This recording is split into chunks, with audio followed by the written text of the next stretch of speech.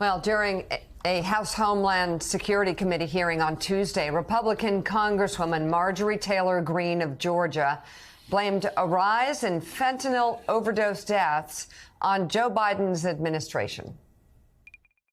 Fentanyl is now the #1 cause of death of young Americans ages 18 to 45. And this is unforgivable. The Biden administration is responsible for this, and they have blood on their hands because they refuse to secure our border. She also posted a clip on Twitter of a mother who testified at that hearing. The woman lost both of her sons to fentanyl overdoses, which Marjorie Taylor Greene blamed on the Biden administration. Their deaths are, of course, tragic. But we will now fact-check Congresswoman Greene's timeline. Both men she referred to died in 2020 during the Trump administration. CNN reporter Daniel Dale reached out to Greene's office about that error. Dale posted on Twitter that Greene's spokesman responded with expletives. You can see it on the screen. Huh. And still ahead. Well, no. But if you look at that, that's just. I mean, Mike Barnicle, they say, do you think anybody cares about your fact-checking, which is another way of saying, do you think anybody cares about the facts? Like, this is what the Russians did. This is what they continue to do. The Russians actually call it a fire hose of falsehoods, where the whole idea is to lie so much that you just overwhelm your opponents. It's what Hitler did throughout the 30s. And into the 40s, they lied so much. They didn't expect people to actually believe every lie. They just wanted to numb them to the truth. So the truth just didn't matter. People gave up on actually trying to figure out what the truth was, and they just chose sides. And that's exactly what's happening here. One lie after another lie after another lie by Marjorie Taylor Greene, by certain networks out there, one lie after another lie, and then they're desperate to try to find any excuse they can to distract from the fact that they've been caught red-handed lying about COVID, lying about the election, lying about the most important stories of our time, lying, saying that the United States military and soldiers and troops are going to fly helicopters from Afghanistan to the United States and attack Trump supporters, lying and saying that the FBI is going to kick down doors, lying, saying that the FBI is going to arrest people just because they voted for Donald Trump. These are the lies that my relatives, my friends, are bombarded with. Wish I could say every night. But they hear the lies on podcasts. They hear the lies on talk radio. They see the lies online. Then they watch the lies at night. And they're just numb to it.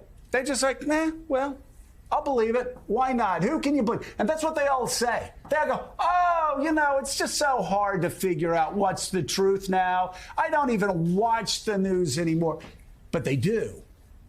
They watch the propaganda, they digest the lies, and then they give themselves an out by saying, you know what? It's too hard to figure out all this. It's so confusing because everybody's saying different things.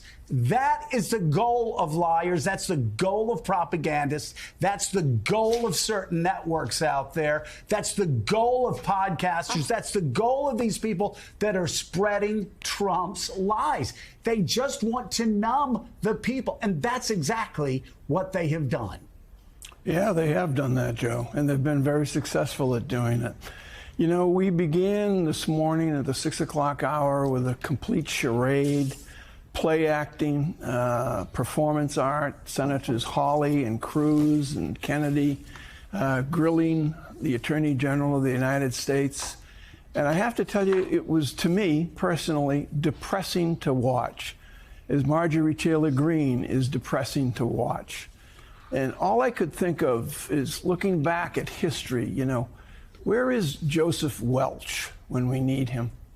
I mean, Joseph Welch was a lawyer from Boston, Massachusetts, who stood up in the Army McCarthy hearing and said to Senator Joe McCarthy, who was conducting the hearings, which were kind of similar to what's going on today, the play acting, the charade, and most of all, to your point, the complete lies that he told that got a grip on the American public in the early 50s.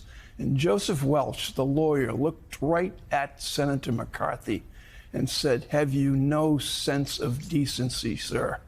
No sense of decency." And who has a sense of decency today? As I watched Hawley and the others, Cruz, Kennedy, Marjorie Taylor Greene, prattle on and on and on with their lies and misinterpretations of reality, I'm wondering, where do they think the country is? And do they think about the country at all? What do they see when they look in the mirror? Do they see their own ambition at the expense of the country? I think they do. Yes. And it's a very damaging aspect of us. They lie. Trumpy. They got caught lying about COVID. They got caught lying about COVID time and time again throughout 2020.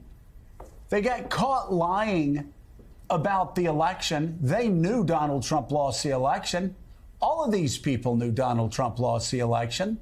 All of them. And they all lie to their constituents, to their listeners, to their viewers. They're liars. And they know they're lying. You can either talk to them on the side where they'll tell you, yeah, he lost. And then they'll go in front of cameras and say the opposite thing. Or you can just look at their texts. They all knew he lost. And yet, Jonathan, they just keep lying. They just can't stop it. And you ask why? I don't know. I don't know how they could do it. They just do, though, every day. No, they continue to lie. The politicians lie. The media outlets lie. They continue to lie. It is obvious their attempt to hold on to or regain some sort of power. They see some attempts for personal, perhaps, ability to make some more money out of it, whether it because it's podcasts and such, but certainly it's also fundraising and making them stars. That's part of this. It's about the headline. It's about owning the libs. It's about getting the click. That's what the governing ethos of so many, not all, but so many in the Republican Party have become. And it's been that way for a while, and certainly Trump accelerated it. And we are now confronted, of course, with him back on center stage with the lies about COVID, with the lies about the election, the lies about the insurrection, in which he still, of course, has not fully come to grips with what happened. And this is where the Republican Party finds itself as we enter another election cycle. Democrats, of course, trying to present a very different, stable, more somber, sober case.